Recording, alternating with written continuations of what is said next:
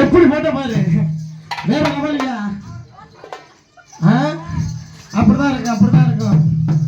ஊர்ல பாசையில ஒரு கோடி சரி சொல்லி வீட்டுக்கு உள்ள நின்று விரலால வரம் சொல்லி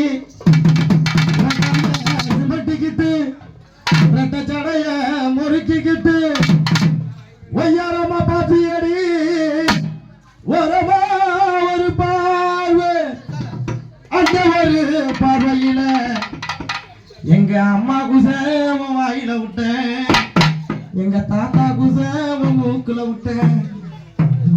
நல்லா எப்படி இருக்க எல்லாத்தையும் வருவா